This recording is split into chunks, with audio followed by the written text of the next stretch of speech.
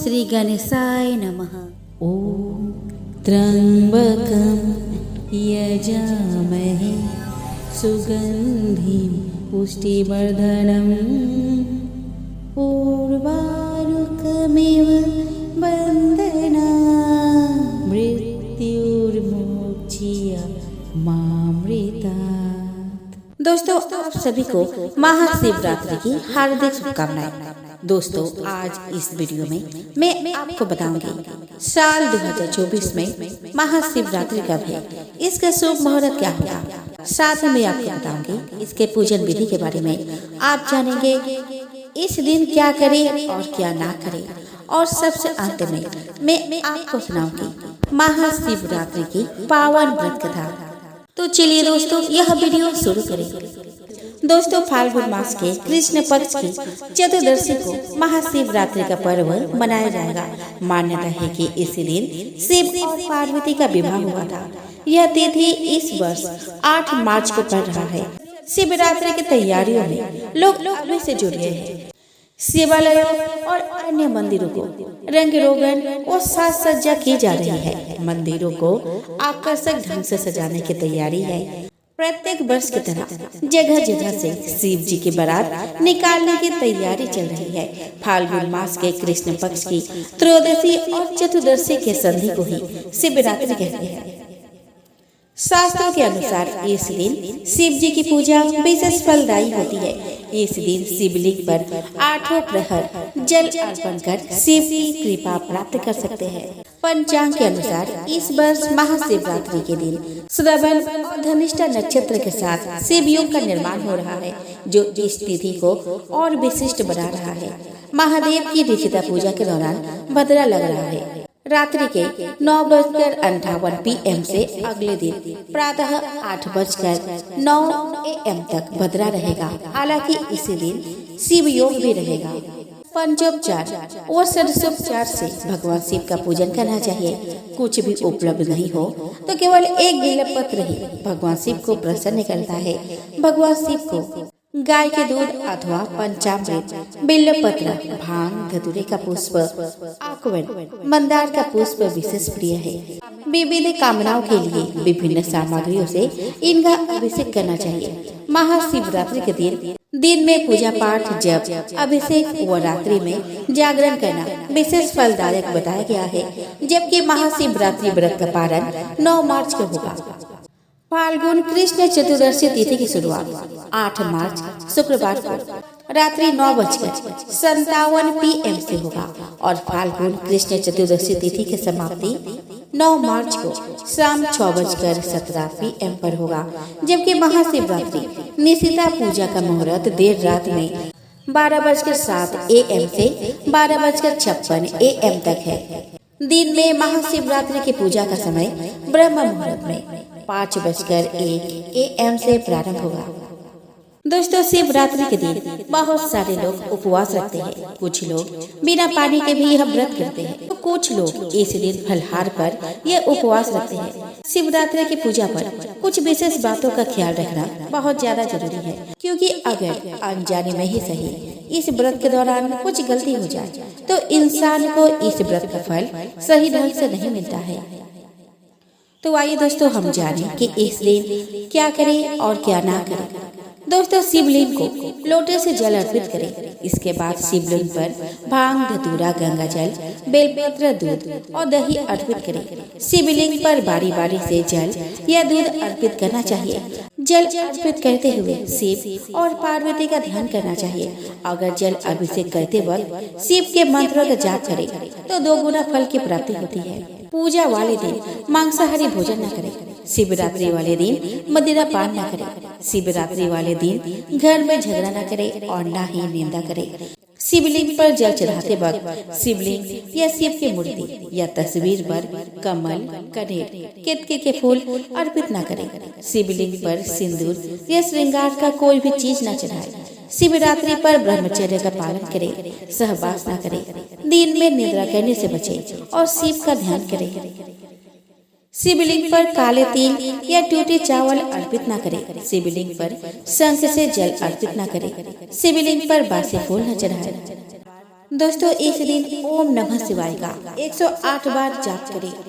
आइए दोस्तों अब हम श्रवण करें शिवरात्रि व्रत कथा के। शिव पुराण के अनुसार प्राचीन काल में चित्रभानु नाम का एक शिकारी था। जानवरों की हत्या करके वह अपने परिवार को पालता था। वह एक साहूकार का कर्जदार था, लेकिन उसने अपना ऋण समय पर ना चुका सका।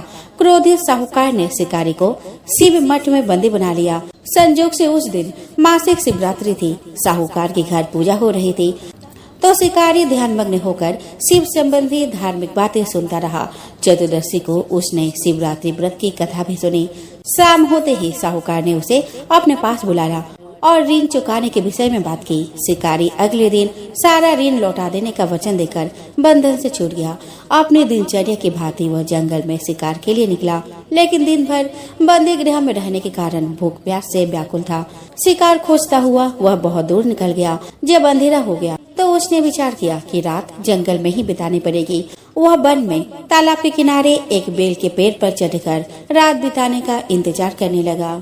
बिल्व वृक्ष के नीचे शिवलिंग था, जो बिल्व पत्रों से ढका हुआ था। शिकारी को उसका पता न था, पर आप बनाते समय उसने जो टहनियां तोड़ी वे संजोग से शिवलिंग पर गिरती चली गई। इस प्रकार दिन भर भूखे प्यासे शिकारी का व्रत भी हो गया और शिवलिंग पर बिल्व पत्र भी चढ़ गए। एक पहर रात्रि बीत जाने पर एक गर्भिणी हिरनी तालाब पर पानी पीने पहुंची।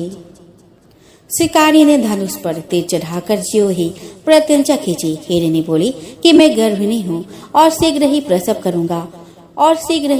करूंगी। तुम एक साथ दो जीव की हत्या करोगे, जो ठीक नहीं है। मैं बच्चे को जन्म देकर शीघ्र ही तुम्हारे समक्ष प्रस्तुत हो जाऊंगी, तब मुझे मार देना। शिकारी ने प्रत्यंचा ढीली कर दी और हिरनी जंगली झाड़ियों में लुप्त हो गई। प्रत्यंचा चढ़ाने और ढीली करने के वक्त कुछ बिल्व पत्र अनायास ही टूटकर शिवलिंग पर गिर गए। शिकारी ने प्रत्यंचा ढीली कर दी और हिरनी जंगली झाड़ियों में लुप्त हो गई। प्रत्यंचा चढ़ाने एवं ढीली करने के वक्त कुछ बिल्व पत्र अनायास ही टूटकर शिवलिंग पर गिर गए। इस प्रकार उससे अनजाने में ही प्रथम प्रहर का पूजन भी संपन्न हो गया। कुछ ही देर बाद एक और हिरनी उधर से निकली। शिकारी की प्रसन्नता का ठिकाना न रहा। समीप आने पर उसने धनुष पर बाण चढ़ाया। तब उसे देखकर हिरनी ने विनम्रता पूर्वक निवेदन किया कि हे शिकारी, मैं थोड़ी देर पहले ऋतु से निवृत्त हुई हूँ। कामातुर बिरहनी हूँ, अपने प्रिय की खोज में भटक रही हूँ। मैं अपने पति से मिलकर शीघ्र ही तुम्हारे पास आ जाऊंगी। शिकारी ने उसे भी जाने दिया। 2 बार शिकार को खोकर उसका माथा ठनका। वो चिंता में पड़ गया। रात्रि का आखिरी पहर बीत रहा था। इस बार भी धनुष से लगकर कुछ बेलपत्र शिवलिंग पर जा गिरे। दूसरे पहर की पूजा भी संपन्न हो गई। तभी एक अन्य हिरनी अपने बच्चों के साथ उधर से निकली। शिकारी के लिए वह स्वर्णिम अवसर था। उसने धनुष पर तीर चढ़ाने में देरी न लगाई। वह तीर छोड़ने ही वाला था कि हिरनी बोली कि हे शिकारी, मैं इन बच्चों को इनके पिता के हवाले करके लौट आऊंगी। इस समय मुझे मत मारो।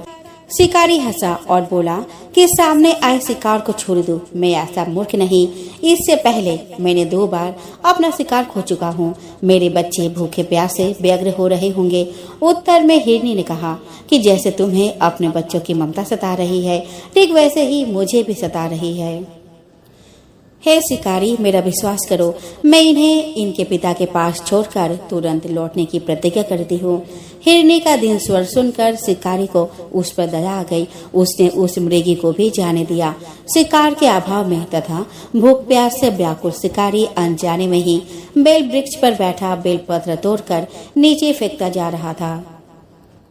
पाँव फटने को हुई तो एक हष्ट-पुष्ट मृग उसी रास्ते पर आया। शिकारी ने सोच लिया कि इसका शिकार वह अवश्य करेगा। शिकारी की तनी प्रत्यंचा देखकर मृग विनीत स्वर में बोला कि हे शिकारी, यदि तुमने मुझसे पूर्व आने वाले 3 मृगियों तथा छोटे छोटे बच्चों को मार डाला है तो मुझे भी मारने में विलम्ब न करो, ताकि मुझे उनके वियोग में एक क्षण भी दुख न सहन करना पड़े।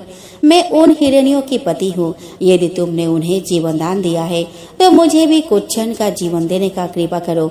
मैं उनसे मिलकर तुम्हारे समक्ष उपस्थित हो जाऊंगा। मृग की बात सुनते ही शिकारी के सामने पूरी रात का घटना चक्र घूम गया। उसने सारी कथा मृग को सुना दी। तब मृग ने कहा कि मेरी तीनों पत्नियां जिस प्रकार प्रतिज्ञाबद्ध हो गई है, मेरी मृत्यु से अपने धर्म का पालन नहीं कर पाएंगे। अतः जैसे तुमने उन्हें विश्वास पात्र मानकर छोड़ा है, वैसे ही मुझे भी जाने दो। मैं उन सब के साथ तुम्हारे सामने शीघ्र ही उपस्थित होता हूँ। शिकारी ने उसे भी जाने दिया। इस प्रकार प्रातः हो गई। उपवास, रात्रि जागरण तथा शिवलिंग पर बेलपत्र चढ़ाने से अनजाने ही पर शिवरात्रि की पूजा पूर्ण हो गई। पर अनजाने में ही की हुई पूजन के परिणाम उसे तत्काल मिला। शिकारी का हिंसक हृदय निर्मल हो गया, उसमें भगवत शक्ति का वास हो गया। थोड़ी ही देर बाद वह मृग सब परिवार शिकारी के समक्ष उपस्थित हो गया ताकि वह उनका शिकार कर सके। किंतु जंगली पशुओं की ऐसी सत्यता, सात्विकता और सामूहिक प्रेम भावना देखकर शिकारी को बड़ी ग्लानि हुई। उसने मृग परिवार को जीवन दान दे दिया।